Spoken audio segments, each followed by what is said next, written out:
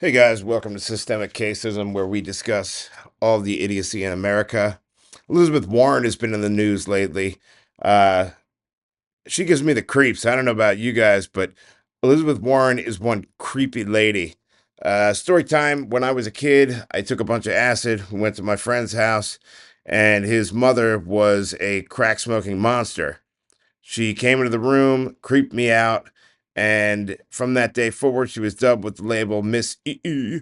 And I feel like that's what I am seeing when I look at Elizabeth Warren. Somebody that would just stare at you in silence for about 15 seconds before looking you straight in the eyes and saying, "Eh." So just bear that in mind while you're watching this chick. Let's hear what she's got to say about the 2024 election. Apparently, she's not very happy. Doesn't seem to be happy about anything ever. She is a monster. You to look for any silver linings. I will not ask you to feel anything but grief right now. Oh, just feel grief. Just feel grief. Elizabeth Warren is sad, and you need to be sad too. You know, Democrats have a message of despair and grief and sadness and sorrow. This bitch is really, really rich. I mean, she's got more money than most people will ever have, and she earned it dishonestly. She's a talentless hack. The claim that she was an Indian, I don't see any Native American in her. She doesn't. Nobody ever told this bitch she was Indian, except for herself and Harvard and the other idiots that surround her. Donald Trump won the election, and the consequences will be real and devastating. If you're an illegal alien, they will. If you're a U.S. citizen, whether you like him or you hate him, the economy should get a little bit better for you. But I'm reminding myself and you that on the road ahead, there will still be opportunities to fight back. What are you fighting exactly? You're fighting right now, you're fighting to keep illegal aliens in the country, and you're fighting to make sure that nobody looks at the food or the vaccines. And that seems to be what you're fighting against. You're fighting against the interest of the American people. So I guess if you guys want to keep fighting against that, then game on. And I'm not a Republican, but I am pro America. And apparently, to be pro America means everybody labels you as a Republican. I am not a Republican. I'm actually a registered Democrat. I can't tell you that we will win all of those fights. I can't tell you that we will win most or even any of them. Yeah, so if you're not going to win, you're just wasting people's time and money. And that seems to be what Democrats are really good at. Republicans are good at wasting people's time and money as well. Um, but, maybe we accelerate further into the future. Maybe we move forward instead of being hung up on the past. Maybe instead of fighting Donald Trump, you guys try to work with him so that you can make this country a little bit better for us. And by us, I mean Americans. These special interests of illegal aliens or only minorities or only homosexuals or only women or only these kind of, it's ridiculous. The interest that you need to have is in the American people, all of us. Stop putting us up into little boxes. Stop excluding us from everything. Stop including people that don't belong. Stop trying to browbeat everybody into being racist, sexist, misogynist, homophobic, or xenophobic. Make things better for Americans. And who are Americans? Americans are people that were born in America. That's it. Born in America legally. Because that birthright citizen crap sounds like it's coming to an end, as it should. There's no other country in the world that you can go into, demand to be put on social services, and commit crimes with impunity. No serious country wants that. And for those of you saying, "Oh, we should welcome everybody," you're an idiot. All right, stop pointing to the Statue of Liberty. Stop wanting open borders. If you have an open border, you don't have a country. The whole purpose of a country is to preserve its culture, to provide a law and order to its people, and lo and behold, a border. If you don't have a border, you aren't a country. China's got the Great Wall. You think China just lets people illegally immigrate to there? No. Since they're our biggest competitor, maybe we should take a hint or two out of their playbook, like, hey, don't let unfettered illegal immigration happen in your nation. But when we arrive at each of those moments, we will face a choice to give up or to press forward.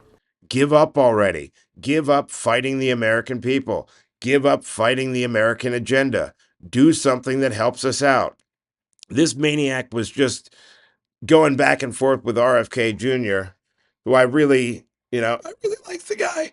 I think he's got some good points, even though I can't stand hearing him talk. Um, it seems that he's got our best interests at heart. And they say he's not qualified to be in that position. I think that's ridiculous because the dude that was in the position before thinks he's a chick, looks like a linebacker, and it's just insane. Stop fighting American people. The far right wants us to feel Far right means anybody with a little modicum of common sense. powerless. Extremists are counting on apathy, cynicism, heartbreak, or all of the above as You're an extremist if you work a 9 to 5 job and take care of your family. Just FYI, they've moved that extremist Overton window so much that apparently the only way that you're not an extremist is if you agree with everything that the Democrats say on any given day, subject to change at any moment. If they tomorrow come out and say Ukraine's a terrible, awful place, all of their constituents better pull that flag down. That seems to be the way they work. You know, they send out a message, all the lemmings just follow along and follow suit, and that's it. their rocket fuel. They are counting on us to point fingers at each other and to lose. You should be pointing fingers at each other. You lost. Instead of pointing fingers at each other, they're too busy hating the people that voted for Donald Trump.